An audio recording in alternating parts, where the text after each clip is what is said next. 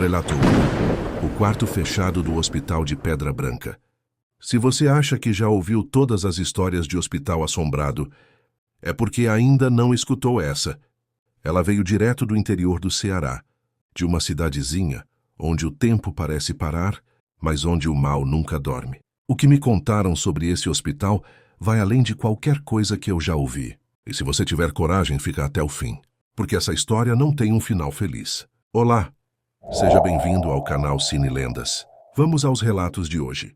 Meu nome é Raimundo, tenho 42 anos e sou técnico de enfermagem há quase 20 anos. Sempre trabalhei em cidades pequenas aqui no Ceará, onde o salário não é grande coisa, mas o povo é acolhedor. E a vida, apesar de dura, é mais simples. Mas tem uma coisa que aprendi na marra ao longo dos anos. Hospital de cidade pequena tem história. E nem todas são do tipo que a gente quer lembrar. O que vou contar agora aconteceu comigo em 2013, quando fui transferido para um hospital público em Pedra Branca, no sertão central do estado. Era um lugar afastado, meio esquecido, com estrutura precária, corredores escuros e um silêncio que incomodava mais do que a barulheira de uma UTI cheia. No começo, parecia só mais um hospital interiorano, mas bastou a primeira semana para eu entender que ali, naquele prédio antigo, existia alguma coisa errada. A construção do hospital era de 1958, segundo me contaram. O prédio tinha uma ala abandonada, que ninguém usava mais. Falaram que era por causa da estrutura, que o teto ameaçava cair, mas era mentira. O lugar estava intacto. As portas trancadas com correntes e cadeado, como se quisessem impedir que algo de dentro saísse, e não que alguém entrasse. A história que o pessoal evitava contar era sobre o tal quarto 209. Esse número era quase proibido. Quando alguém falava, era em sussurros como quem tem medo de acordar um morto. Diziam que aquele quarto era amaldiçoado, que depois de uma tragédia nos anos 90, ninguém mais teve coragem de usar. O hospital fingia que aquele pedaço do prédio nem existia mais. Eu sou cético. Ou pelo menos era. Na minha terceira semana ali, peguei o plantão noturno. Era uma sexta-feira. A equipe estava reduzida. Só eu e uma enfermeira chamada Dalva. Ela era de lá mesmo. Já tinha mais de 60 anos e trabalhava no hospital desde menina. Conhecia cada canto do lugar, mas se recusava a passar perto da ala trancada. De noite, Raimundo, nem chegue perto dali. E foi o que ela me disse, olhando para mim com um misto de seriedade e medo. Naquela noite, por volta das 2 da manhã, o sistema de monitoramento do hospital começou a dar problema. Um técnico de Fortaleza tinha instalado câmeras novas, inclusive uma que, por erro, ficou virada para a ala desativada. Era só uma câmera velha. Sem importância, mas por algum motivo, ela foi a única que continuou funcionando quando todas as outras falharam. Fui até a sala do monitor por curiosidade, ver se via algo, e foi aí que comecei a suar frio. Na tela vi o corredor da ala abandonada. Escuro, silencioso. As lâmpadas de emergência, piscando como em filme de terror. Mas o que me gelou a espinha foi uma sombra que passou correndo, de um lado para o outro rápido demais para ser humano. Achei que fosse reflexo ou algum problema na câmera, mas aí a sombra parou e ficou parada ali, como se olhasse direto para a câmera. Voltei os olhos para o corredor real, através da janelinha de vidro da sala. Não vi nada, só o breu. Mas na tela, a coisa ainda estava lá. Não dava para distinguir forma, só dava para sentir o peso da presença. Algo frio, antinatural. Pensei em chamar a Dalva, mas ela estava dormindo num dos leitos da enfermaria vazia, e eu não queria parecer maluco. Respirei fundo, dei risada de nervoso e saí da sala do monitor. Tentei me convencer de que era só cansaço, até que escutei um barulho seco. 3 batidas, pam, pam, pam, vindo da ala trancada. Na hora achei que alguém podia ter entrado, algum morador de rua ou paciente perdido. Peguei a lanterna e fui. Cada passo que eu dava na direção da ala parecia mais difícil. O ar ficava mais denso, o cheiro mudava. Era como se o hospital se transformasse. A porta da ala, aquela que vivia trancada com corrente, estava entreaberta. A corrente no chão, o cadeado quebrado, como se alguém tivesse arrombado. Mas não havia sinal de invasão. Nada forçado. Puxei a porta devagar. Ela rangeu como nos filmes de terror ruins. O corredor estava tomado por teias, pó, paredes mofadas. Tudo estava do jeito que imaginei, exceto uma coisa. A luz do fim do corredor estava acesa. E do lado da luz, a porta do quarto 209. A maçaneta se mexendo. Fiquei parado, sem saber se corria ou avançava. A lanterna na minha mão tremia. Dei um passo. 2. O chão afundava sob meus pés como se cada tábua fosse reclamar. Ao chegar perto do quarto, escutei um som baixo, arranhado. Alguém chorando. Mas era um choro esquisito, fraco, sem ritmo. Como se fosse repetido. Como uma fita velha tocando no fundo. Tem alguém aí? Se perguntei com a voz falhando. Silêncio. Encostei o ouvido na porta. O choro parou. E aí, alguém sussurrou do outro lado. Me tira daqui.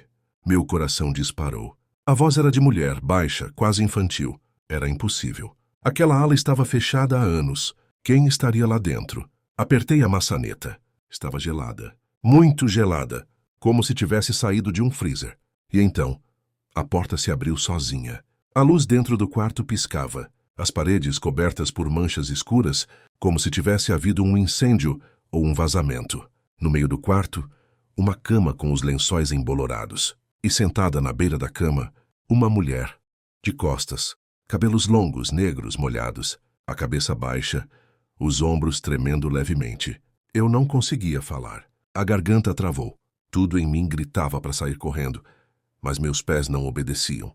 Foi quando ela se levantou devagar e virou o rosto em minha direção. Não tinha olhos. A pele do rosto estava enrugada, manchada, como se tivesse sido queimada ou apodrecida. E mesmo sem olhos. Ela me via, eu senti. Ela me via. Você também vai ficar aqui, ela disse. A porta bateu atrás de mim. A luz apagou. O grito que eu soltei. Nem eu reconheci como meu. Acordei no chão do corredor. Dalva me encontrou desmaiado, com a corrente da porta da ala nas mãos. Quando contei o que vi, ela empalideceu. Foi a menina? Ela disse, quase num sussurro. Que menina? Em 1997, uma paciente foi deixada naquele quarto por engano. Tava com surto psicótico. Ninguém percebeu. Trancaram ela lá dentro durante uma evacuação por incêndio. Quando foram abrir, ela já tinha morrido, sozinha, queimada. E desde então, ninguém mais teve coragem de entrar ali. Não sei como, mas a gravação da câmera daquela noite sumiu. O técnico disse que o arquivo foi corrompido. Nenhum outro sistema registrou nada. Mas eu sei o que vi. E até hoje, às vezes, quando fecho os olhos, escuto aquele sussurro e vejo a mulher de olhos vazios, me chamando de novo para dentro do quarto 209. O hospital ainda está lá. A ala está novamente trancada. Mas se você algum dia for para Pedra Branca e passar por aquele hospital antigo, reze para que ninguém te leve até o fim do corredor. Porque se você abrir aquela porta, pode ser que ela esteja te esperando. E talvez dessa vez ela não deixe você sair. Relato 2. A Enfermaria dos Esquecidos. O segredo do Hospital São Jerônimo. No coração do sertão cearense, onde a poeira cobre tudo e o tempo parece congelado, existe um hospital que muitos evitam até mesmo pronunciar o nome. Eu recebi um relato de um ex-funcionário que jurou nunca mais voltar para lá. E depois de ouvir o que ele viveu naquela noite, eu entendi por quê. Essa história envolve desaparecimentos, vozes sem dono e uma enfermaria que oficialmente nunca existiu. Meu nome é Lucas, tenho 38 anos. Sou enfermeiro, formado pela Universidade Estadual do Ceará e já trabalhei em muitos hospitais do interior. Mas nada, absolutamente nada, se compara ao que vivi no Hospital São Jerônimo, na cidade de Mombaça, ali no Sertão Central. Essa história aconteceu em 2015. Eu estava passando por uma fase difícil na vida. Tinha perdido meu pai, acabado de sair de um relacionamento e, para piorar, fui demitido de um hospital onde trabalhei por quase 5 anos. Foi nessa época que um antigo professor me indicou uma vaga em Mombaça. O salário era baixo, o plantão era puxado, mas eu precisava do emprego. Cheguei na cidade numa segunda-feira de céu encoberto. O Hospital São Jerônimo ficava numa ladeira, afastado do centro. Um prédio baixo, de paredes descascadas e vidros foscos, com um portão de ferro enferrujado. À primeira vista, parecia só velho. Mas havia algo naquele lugar, um silêncio estranho demais. Não era o silêncio comum de cidade pequena. Era um silêncio espesso, como se o próprio ar quisesse esconder os sons. Fui recebido por uma mulher magra, de cabelo grisalho preso num coque apertado. Dona Deusuíta. Ela era a coordenadora de enfermagem e também fazia os turnos noturnos, mesmo já tendo idade para se aposentar. Aqui é tudo mais calado, ela me disse, com um sorriso forçado. À noite, não mexa com o que está quieto, viu? Achei que fosse só modo de dizer, mas logo entendi que aquilo era mais um aviso. Nas primeiras semanas, percebi que o hospital funcionava com só 2 alas ativas, clínica geral e emergência. Mas havia um terceiro corredor, mais ao fundo, que todos chamavam de corredor morto. As portas eram todas lacradas com tábuas pregadas. Uma delas, com uma placa meio apagada, dizia Enfermaria B. Perguntei o que tinha acontecido ali. Ouvi respostas vagas. Infiltração, estrutura comprometida, mofo tóxico. Mas nenhum engenheiro aparecia para resolver. E o hospital continuava ignorando aquele canto. Na minha 4ª semana, peguei um plantão que nunca vou esquecer. Era uma noite abafada de quinta-feira.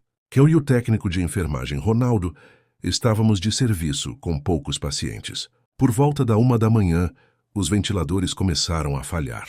A energia oscilava, luzes piscavam. Achei que era só queda de tensão comum por lá.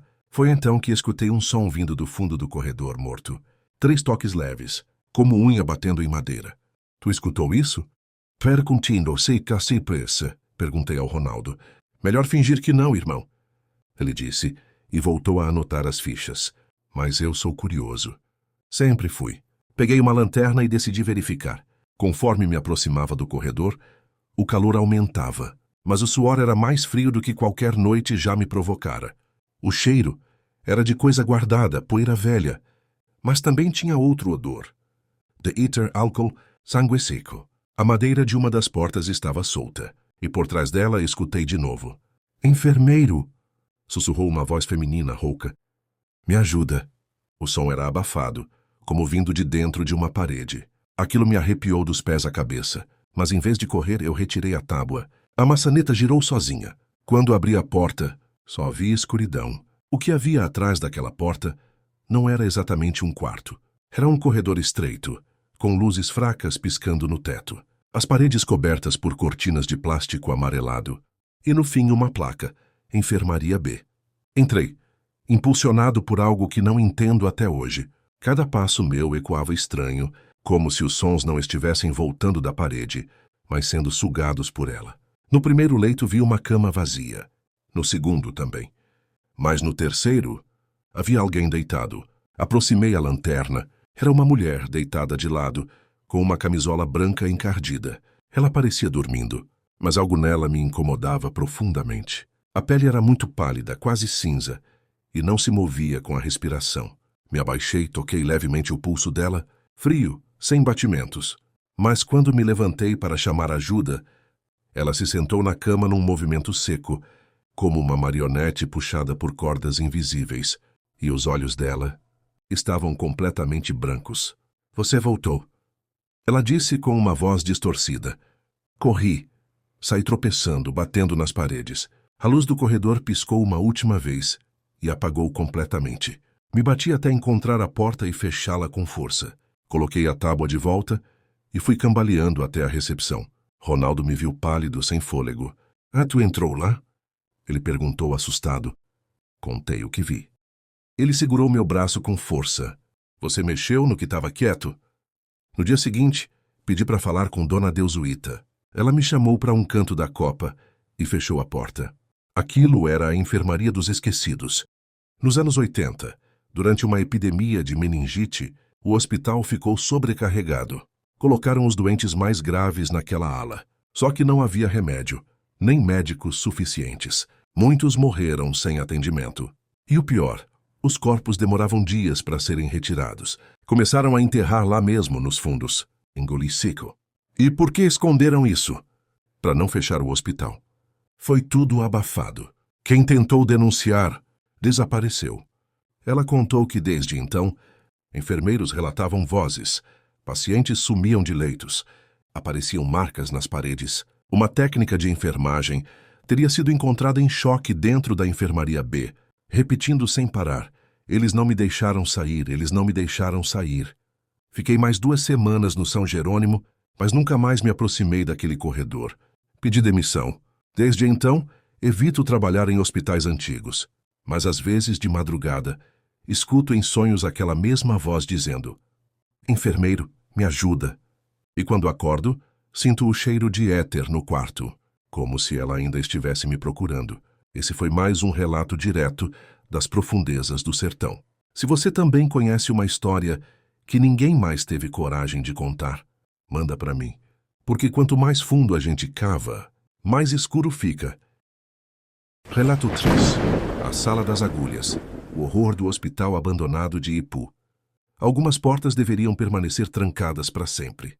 Principalmente aquelas que foram seladas por medo e não por segurança. No sertão do Ceará, entre ruínas e mato alto, há um hospital abandonado, onde, segundo moradores, ainda se ouvem gritos à noite. O que você vai ouvir agora é o relato de uma ex-funcionária da saúde, que decidiu entrar nesse lugar por curiosidade, e saiu de lá com a mente marcada por algo que nunca mais conseguiu esquecer. Meu nome é Mariana, e se você está ouvindo isso, é porque eu decidi contar algo que jurei guardar comigo até o fim da vida. Sou técnica de enfermagem.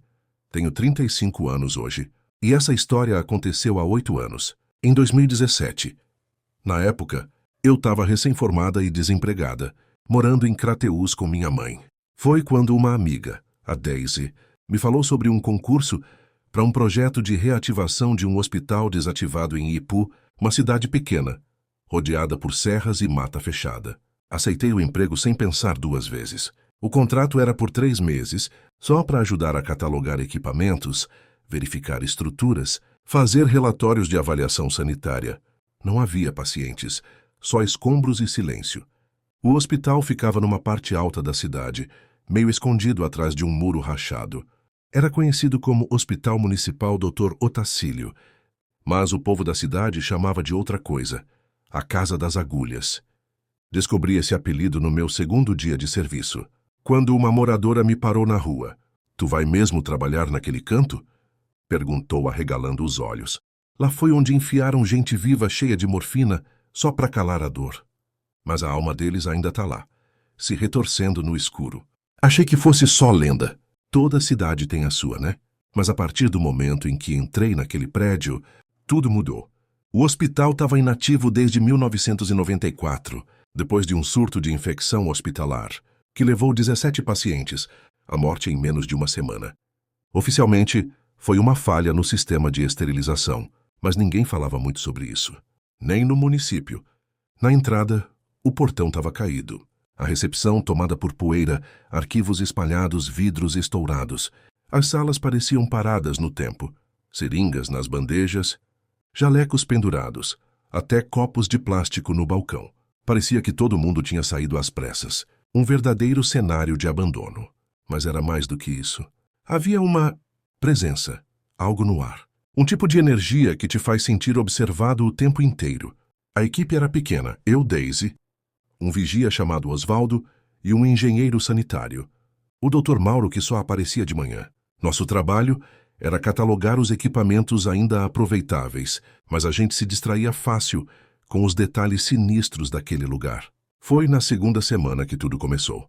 Estávamos separando material cirúrgico na antiga ala de traumas quando Daisy achou uma porta parcialmente escondida por armários caídos. Estava trancada, com uma faixa amarela rasgada e enferrujada pregada nela. Havia um aviso quase ilegível: material biológico restrito. Achamos que fosse um antigo laboratório, e a curiosidade venceu o bom senso. Usamos um pé de cabra e conseguimos arrombar a porta. Lá dentro, era um tipo de sala que não constava em nenhuma planta. Uma sala fria, sem janelas, paredes de azulejo branco amarelado e centenas de gavetas de aço, como aquelas de necrotério, só que menores. No centro, uma maca com tiras de contenção.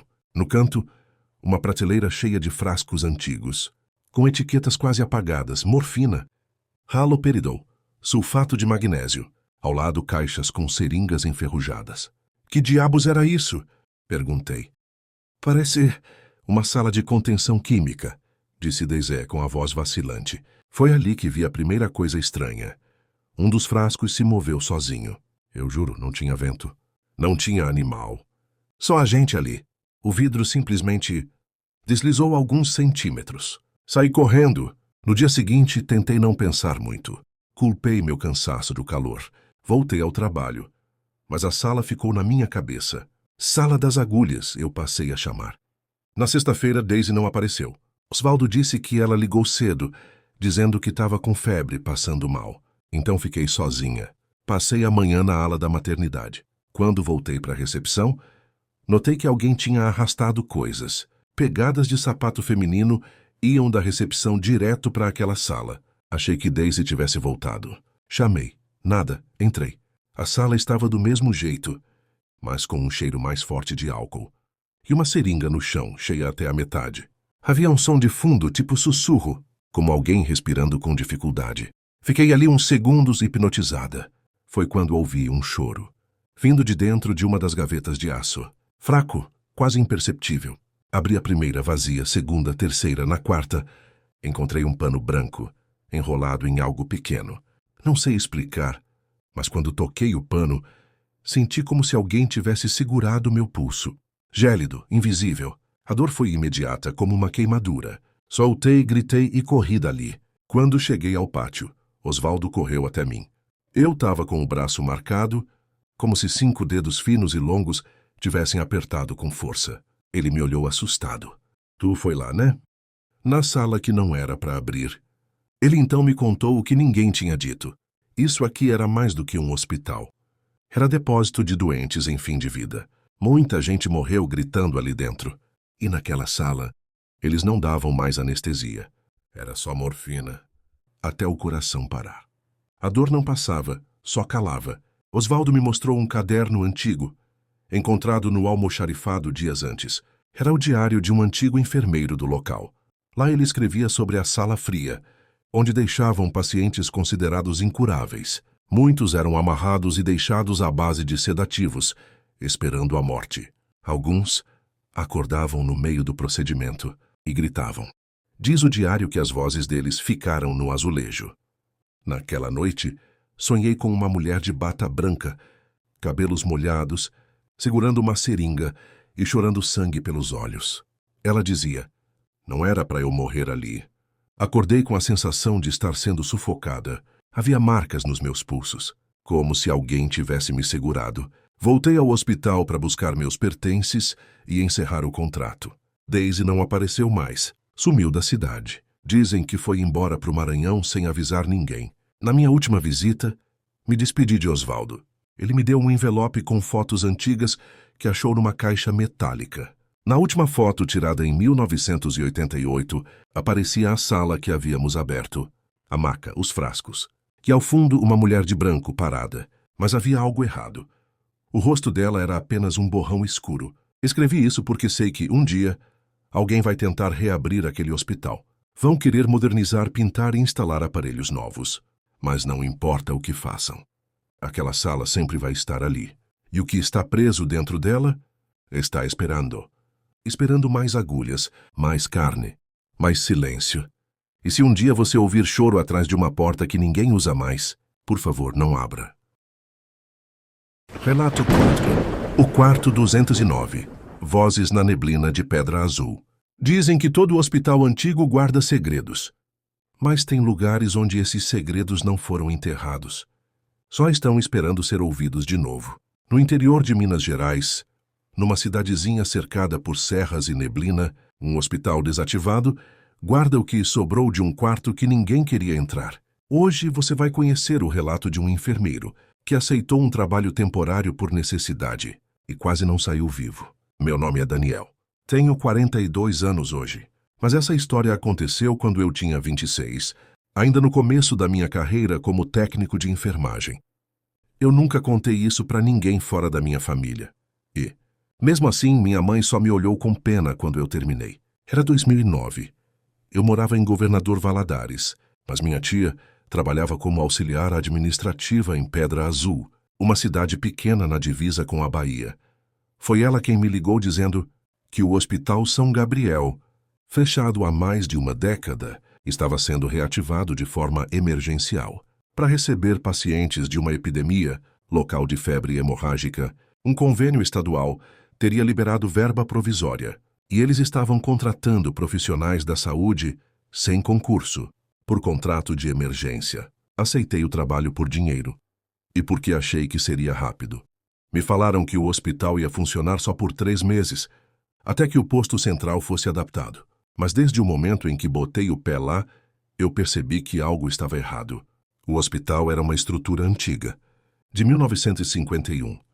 Prédio baixo, de 3 blocos em formato de U, com um pátio interno cheio de mato e entulho. Diziam que a ala central, onde ficava o setor de internação antiga, nunca tinha sido reformada, desde a década de 80.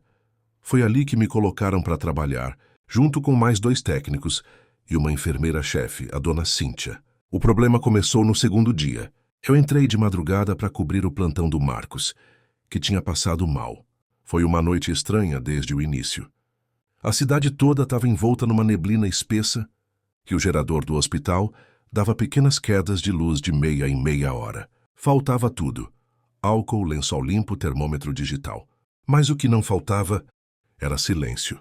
Um silêncio sufocante. Fiquei responsável pelos pacientes da ala 2, a que ficava no corredor do meio, logo depois da sala de exames antigos. O lugar tinha cheiro de mofo e desinfetante vencido. O teto era alto, as paredes descascadas. As camas de ferro ainda tinham número pintado no pé e quase todas estavam ocupadas. Menos uma. O quarto 209. A porta dele estava trancada com um cadeado grande e enferrujado. Achei estranho, porque nos mapas do hospital ele aparecia como leito disponível. Perguntei para dona Cíntia, e ela só balançou a cabeça. Deixa esse quarto em paz. Foi interditado por causa de infiltração. Esquece ele. Mas não era bem isso. Na noite seguinte eu estava no posto, preenchendo fichas, quando ouvi alguém batendo. 3 batidas secas. Vinha lá do fundo do corredor. Fui até lá achando que fosse algum paciente levantando para ir ao banheiro. Passei pelas portas, até o 209. As batidas vinham de lá. Tem alguém aí? Silêncio. Toquei na maçaneta, trancada. Tentei espiar pela fresta da madeira carcomida, escuro. Foi aí que ouvi uma voz, baixa, arrastada, feminina. Me tira daqui. Voltei correndo. Contei para Cíntia. Ela me olhou pálida, como se já esperasse por isso. Se você ouviu, então é porque ela gostou de você. Fiquei gelado. Ela se sentou e me contou o que aconteceu ali, anos antes. Nos anos 80, o quarto 209 era usado para pacientes psiquiátricos em surto. Não havia hospital mental na cidade, e os casos mais graves eram internados ali mesmo, sedados. Uma mulher chamada Maria Helena foi trazida para lá depois de ser encontrada vagando pelas ruas, falando sobre vozes, vultos, e dizendo que havia pessoas dentro da parede. Ela ficou ali por 3 meses. No último dia, a enfermeira da época entrou e a encontrou com os olhos arrancados, segurando os próprios globos oculares nas mãos, rindo e dizendo: agora eu não vejo mais, mas eles continuam vendo por mim. Depois disso, trancaram o quarto e jogaram cal. O hospital fechou poucos anos depois, e ninguém mais falou do assunto. Mas quando voltaram a usar o prédio, não mexeram no 209. Na terceira noite fui escalado de novo para o plantão. E claro, ouvi as batidas. Só que dessa vez, elas vinham de dentro do meu armário no vestiário. Abri e nada. Quando voltei para o corredor, as luzes piscaram. E por um segundo, juro por Deus, eu vi a porta do 209 aberta. Lá dentro, uma mulher sentada na beirada da cama, com um lençol cobrindo o rosto. As mãos seguravam algo. Pisquei. A porta estava fechada de novo. Comecei a ter pesadelos, sempre com a mesma imagem. Eu acordando na maca do 209, preso, com alguém costurando minha boca com agulha de ponto cirúrgico. A mulher falava baixinho. Agora ninguém mais vai ouvir você. Uma madrugada, sem aguentar mais, levei 1/3 no bolso e fui até a porta. Toquei. Falei em voz alta que ela precisava descansar, que o hospital era outro agora. Silêncio. Naquela noite o gerador queimou. Ficamos no escuro. Um dos pacientes do quarto 206 começou a gritar. Disse que viu uma mulher toda suja, entrando no 209 com algo nas mãos. Parecia um olho humano. Eu pedi transferência. Fui para a recepção. 2 dias depois, um novo técnico entrou na minha vaga. Ele passou 3 noites no plantão. Na quarta, sumiu. Disseram que ele largou tudo. Foi embora sem pegar o salário. Hoje o hospital está fechado de novo. O surto acabou e a verba sumiu, mas o quarto ainda está lá, trancado, esperando alguém ouvir. E se você passar por Pedra Azul e ouvir 3 batidas, não abra. Depois que pedi a transferência e fui colocado na recepção, achei que as coisas iriam melhorar. Mas o problema é que mesmo longe do corredor da ala 2, o 209 continuava me assombrando. Eu comecei a perceber que, toda vez que falava sobre o quarto com alguém, mesmo em tom de brincadeira, a energia no ambiente mudava. Os aparelhos apitavam do nada, e uma vez o rádio portátil da recepção ligou sozinho, tocando estática, e vozes que pareciam sussurrar em outro idioma. Quando fui desligar, ele estava sem pilha. Na minha última semana no hospital, conversei com um senhor da manutenção, seu Antero, um homem calado, que quase não tirava o boné da cabeça. Ele me chamou de canto, enquanto eu tomava café no fundo do pátio, e disse uma coisa que ficou na minha cabeça até hoje. Você viu ela, né? A do lençol branco. Todo mundo que vê sonha, mas só alguns escutam ela chamar. Se você escutou, vai ter que voltar. Ri nervoso, achando que era brincadeira, mas ele não riu de volta. Ela sempre escolhe alguém. Desde 82, quando o hospital ainda era da prefeitura, teve um médico que se jogou do telhado depois de passar um mês ouvindo ela. Dizem que ele ficava trancado no consultório rabiscando o nome. Helena, nas paredes. Só escrevia isso, 100 vezes por dia, a mesma palavra, como se fosse um chamado. Na noite anterior ao meu último plantão, sonhei com o hospital completamente escuro. Eu andava pelos corredores com uma lanterna fraca, e cada passo ecoava como se estivesse em uma caverna. Quando cheguei à porta do 209, ela estava aberta, e dentro havia um espelho enorme, sujo, trincado no centro. Ao me aproximar, vi meu reflexo, mas com os olhos arrancados. E por trás de mim, surgia a silhueta de uma mulher com o lençol sobre a cabeça, segurando uma pinça cirúrgica nas mãos ensanguentadas. Acordei aos gritos, com meu nariz sangrando. No dia seguinte, pedi liberação para ir embora antes da meia-noite. Estava exausto física e mentalmente. Fui até o armário guardar meu crachá, e foi ali que aconteceu algo que eu jamais consegui explicar. Dentro do meu armário havia um bilhete. Escrito em uma caligrafia tremida, com tinta vermelha, as palavras diziam: "Se você for embora, eu vou junto."